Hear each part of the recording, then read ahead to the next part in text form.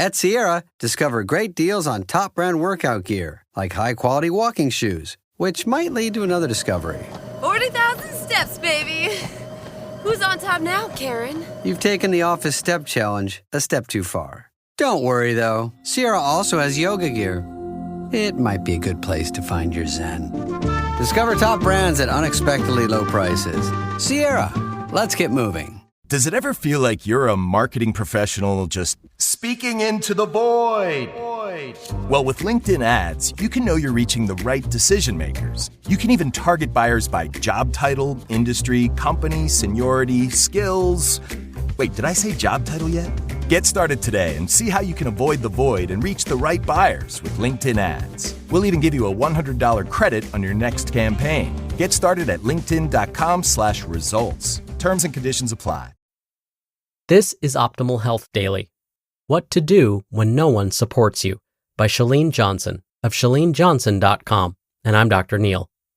Hey there, and welcome to another bonus Sunday episode where I share an article from one of the other podcasts in our network. Today's post comes from Optimal Relationships Daily, where articles covering all types of relationships are read to you every day. So with that, let's hear this one from Greg as we optimize your life. What to do when no one supports you, by Chalene Johnson of ChaleneJohnson.com. Does it sometimes feel like the one person you know has your back the most, who supports you no matter what, all of a sudden doesn't want to see you succeed? It need not be your most significant person either. Anyone in your social circle, maybe even at work.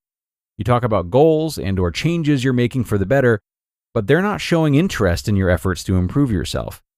Maybe you can recollect a time when it felt like someone you care about is actually trying to sabotage your progress. You're not alone.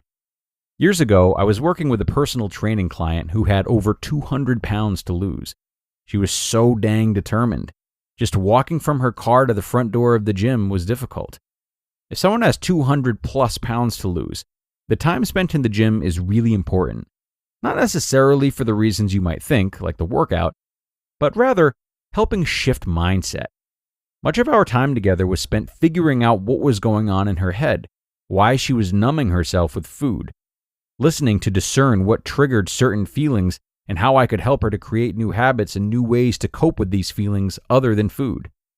By the 3-month mark, she had lost almost 60 pounds. But then, all of a sudden, something changed. She hit a major plateau. She started missing sessions. There was always an excuse. She stopped turning in her food journal. And before long, she started to gain the weight back. So we sat down and had a heart-to-heart. What I found was something that's more common than many people realize. As her habits and outlook were improving, as she was working so hard to make positive changes, her relationship with her husband began to suffer. Though I must acknowledge he was supportive at first. He helped to make healthy changes in her diet. He would drive her to the sessions with me. He prepared healthier dinners with her and didn't complain at all when she stopped buying some of the junk that I told her she had to give up. But before long, he was bringing home treats after work. First, it was a piece of pie to reward her for losing more weight. Then it got more regular. Next, he started giving her grief if she didn't want to go out to dinner every night. Soon after, he stopped offering to drive her to our sessions. They started fighting. He told her, "I don't like who you're becoming." She confided in me that she didn't like who he was becoming. It was so hard for her to come to terms with what was going down, eventually explaining that it felt as if he didn't want her to get healthy. Crying, she elaborated, quote, "It feels like he's actually jealous or angry about the fact that I'm feeling better. And he really gets annoyed when he sees how proud I am of my progress. Oh, and he doesn't like you. He really doesn't like you. I just feel like he would be happier if I failed at this." End quote. This is super normal, and it has nothing to do with their lack of support or love for you. In fact, it is precisely because you are so important to them that this is happening. You know me and my lists. So allow me to go further and explain why someone who loves you would respond this way. Fear of change, fear of abandonment, feeling a loss of power or decrease in personal significance, desire to be needed, trigger self-awareness, your progress or behavior triggers something in them that they wish was different but aren't yet willing to make the change, and control. People want to hold tight because they love and need you.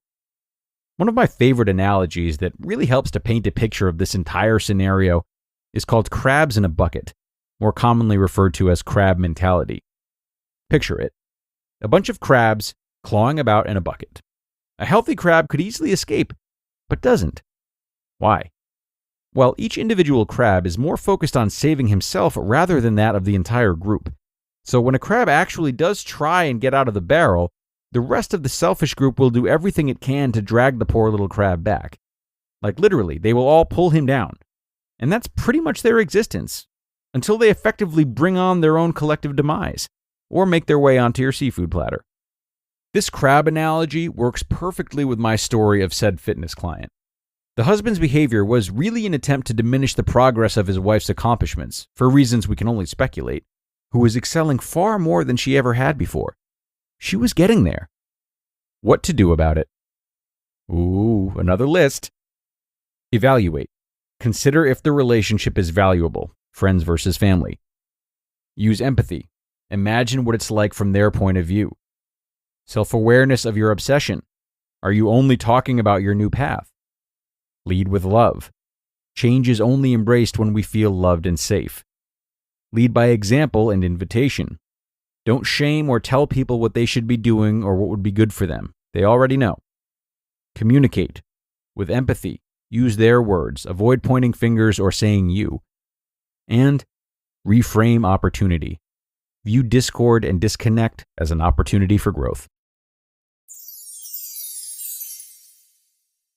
You just listened to the post titled, What to Do When No One Supports You by Chalene Johnson of ChaleneJohnson.com. The Jack Welch Management Institute at Strayer University helps you go from, I know the way, to I've arrived with our top 10 ranked online MBA. Gain skills you can learn today and apply tomorrow. Get ready to go from make it happen to made it happen and keep striving.